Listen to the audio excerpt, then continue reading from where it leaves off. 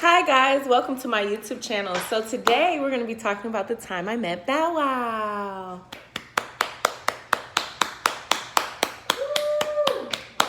All right, so let's get started. Basically, if you don't know who I am, my name is Desiree McKinney. I'm a full-time model, actress, and musician, and I've been full-time for about 3 years. So something I like to do is go sell my music out on the streets like Nipsey used to do, and Too Short, and E40, and Bun B, and Trey, and the list goes on and on and on and on and on and on and on. Nipsey Hussle was my favorite. Rest in peace, Nipsey Hussle. So there is a little area in Houston. It's Alameda, and basically that's like our Black Wall Street. There's a Black-owned bank over there, Black-owned grocery store, Black-owned businesses all up and down the block, and it's known for just being a place where Black people like hang out and congregate. So I go over there a lot to sell my music. And so there's this restaurant, I'm not gonna say the name of it because why give them any publicity? I've never had a good experience in that area. Or at that restaurant. I have good experiences in that area, just not at that restaurant. So anyway, this was before I stopped going in there completely.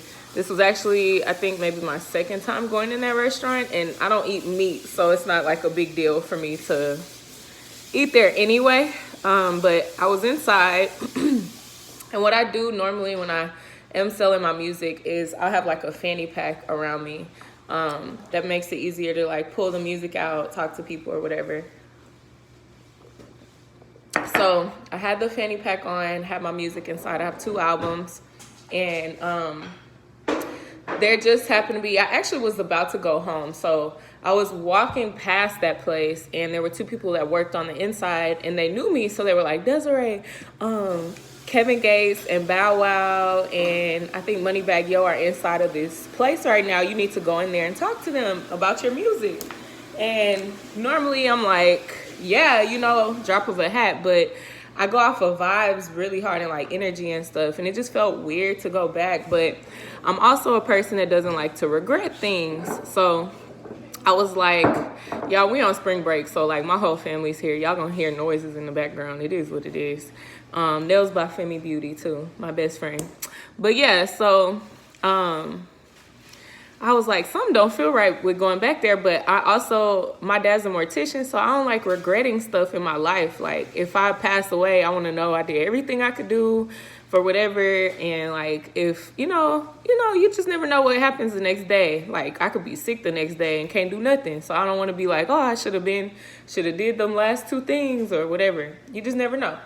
So I was like, let me go back, because they said something. It was like 2 people that said something, not just one person too. So I went back inside of this place, and I went up to where Boosie was at, and like there's like a couple that owns the place. So the husband was like talking to Boosie, but at the time I didn't know that was like the owner or anything like that. And I just wanted to give Boosie like a flash drive with my music on it. I didn't want nothing. I wasn't about to like try to sell it to them. I just happened to have like the CDs as well in my fanny pack. But it's something, the way the vibe was. And then at the same time, it's like I'm going up to an artist, so they most likely don't have a CD player. They're already established. They probably have a car that has like where you could maybe play flash drives, or they could just take it home and play it in their thing. And so normally I'll just give the artist a flash drive, even though I charge $20 for them on my website, thedesiree.com. But yeah, so they were like, not right now, we're having a meeting or something like that, when I like tried to walk up to him and hand it to him. And I was like, okay, no problem. So I went back, sat down, and there was like this girl talking to me, and she was like, oh, I come here every day. And she was like, guys ask me out, and I was like, okay. So I sat next to her, but I was like trying to like, I guess, scope out the area to see where everybody else was at. So Bow Wow actually ended up being directly in front of me, and then Kevin Gates was like on the inside of the spot. So when I get nervous, y'all, I gotta use the bathroom. It's just a thing.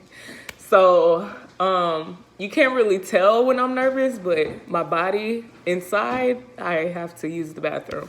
So I was like, let me go to the restroom. So I walked on the inside, went to the restroom, and I think when I was coming out, I saw him, and I was like, oh my God. I was like, Kevin.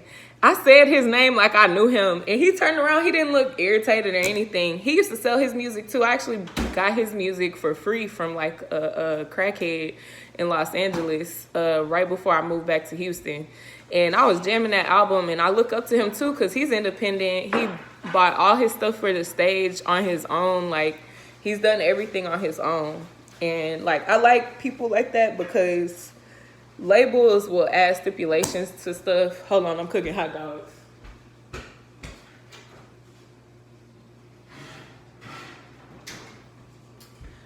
It's still not brown yet. Anyway, yeah, so labels will add stipulations onto stuff and, you know, everything. So to do stuff by yourself, you can just kind of be more free-spirited and you don't have to, like, do anything embarrassing or anything, right?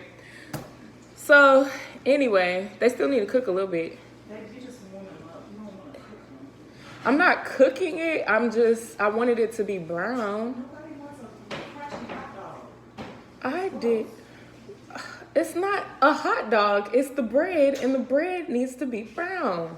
It's white. If it wasn't gonna be brown. Extra money for all part-frank hot dogs so they would be soft. It's not the hot dog. It's the bread. The bread. You want it to be soft. Yes, it's still soft, but it needs to be brown a little bit. It's completely white. I'm making the food. You steam them. No. Yes. Oh my God. Anyway, y'all. Says the lady that burnt the food yesterday. Nobody asked you. Okay. And I just made it perfect, but everybody was trying to tell me how to cook yesterday. Anyway, y'all. So the I forgot where I was at. Yeah, so I said, Kevin, my mama can cook Jerry Curl juice. Look, I'm sorry, Jerry Curl first. Jerry Curl lady. So I'm cooking. I'm coming out the restroom. I go, Kevin.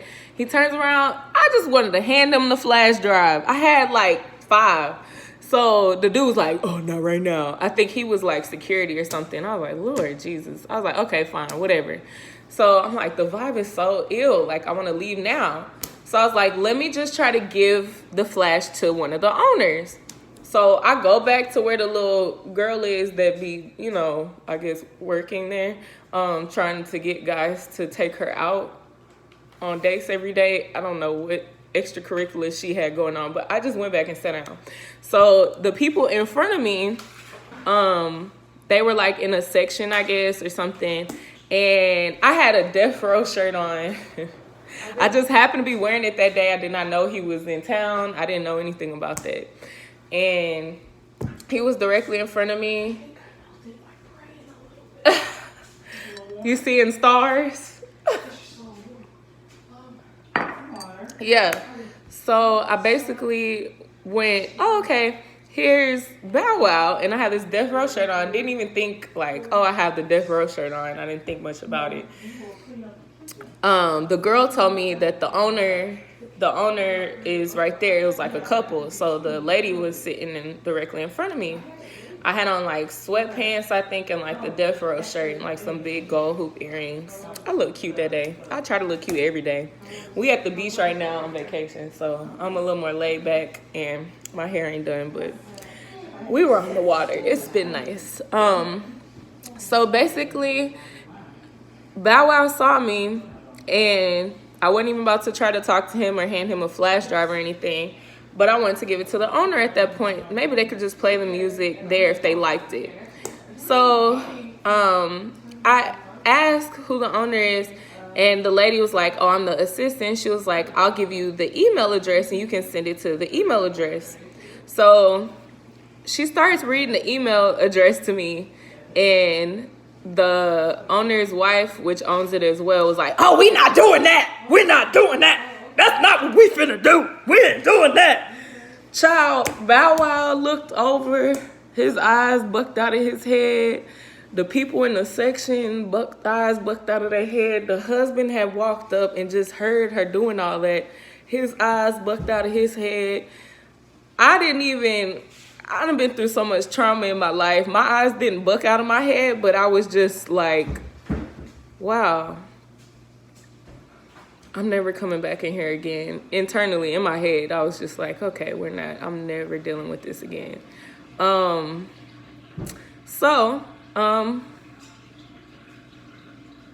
politely left after that, and I saw Boosie outside, getting in his car, and so his cousin looked just like him, so I just gave him the flash. I was like, hey, can you get us to Boosie?